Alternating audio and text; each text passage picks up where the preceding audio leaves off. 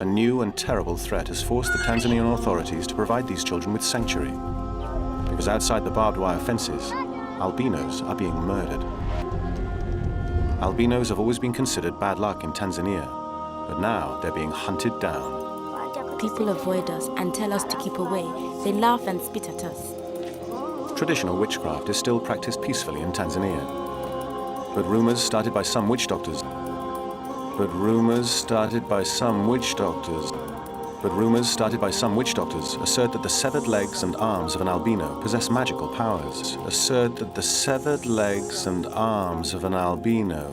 magical powers. That they can cure diseases and bring good luck.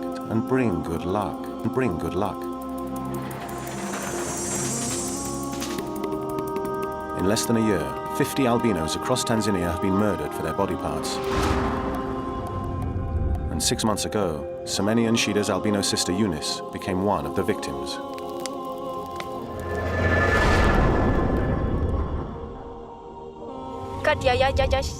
I was woken by a noise in the middle of the night. 2 men ran into our room. They held a machete to my husband's throat. They told him they'd kill him if he looked at them. They told me to lie still and not to make a sound. A terrible noise was coming from the children's room.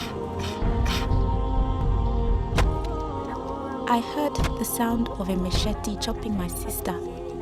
They said they'd kill me if I looked at them. The last thing I heard my sister say was, "God, help me, I am dying." Then they said they were finished and left. I got up and walked next door. I saw my daughter's legs were gone. I realized she was dead. I couldn't stop crying. No one came to help us. My dear brothers and sisters in humanity, if you still think that the sangomas or witch doctors, they are free from evil, then you're sadly mistaken.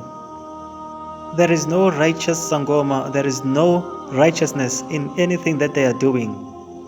Because of everything which they are doing, it is to please or to appease or to satisfy their amadlozi or the familiar spirits or the genie, not our Creator.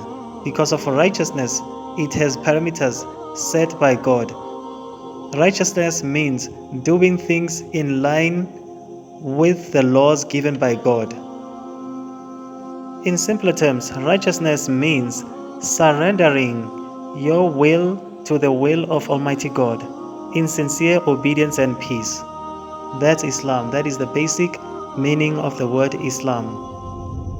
The killings which are happening in Tanzania and in some other places in Africa, they are also prevalent here in South Africa. They are also taking place here in South Africa.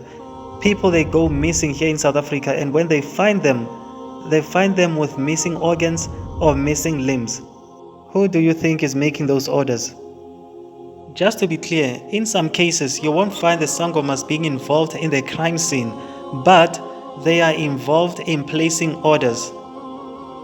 They would place their orders in the black market, going to the black market's owners and telling them that they want a kidney, they want eyes, they want whatever that they want from a human or an animal. Then the runners of the black market, they would assign people to go and collect those things or to go and harvest those things, because of it is called organ harvesting.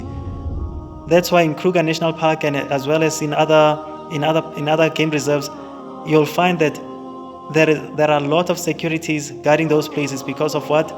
Animal poaching, all of which are in the hands of the sangomas. Which is why Allah in the Quran has set specific prohibitions for us human beings not to seek assistance or power from the jinn. He said that by so doing, it will only increase us in sin or in confusion.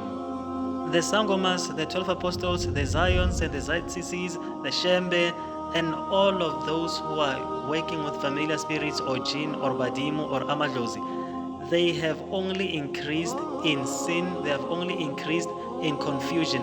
None of them, they know who God is.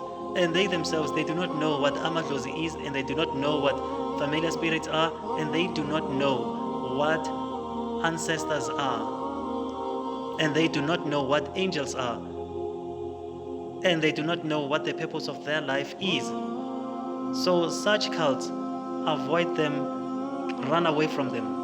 Allah in the Quran, our Creator, has said that there is no religion or there is no way of life which He prefers in the face of the world, in the entire face of the world, other than Islam.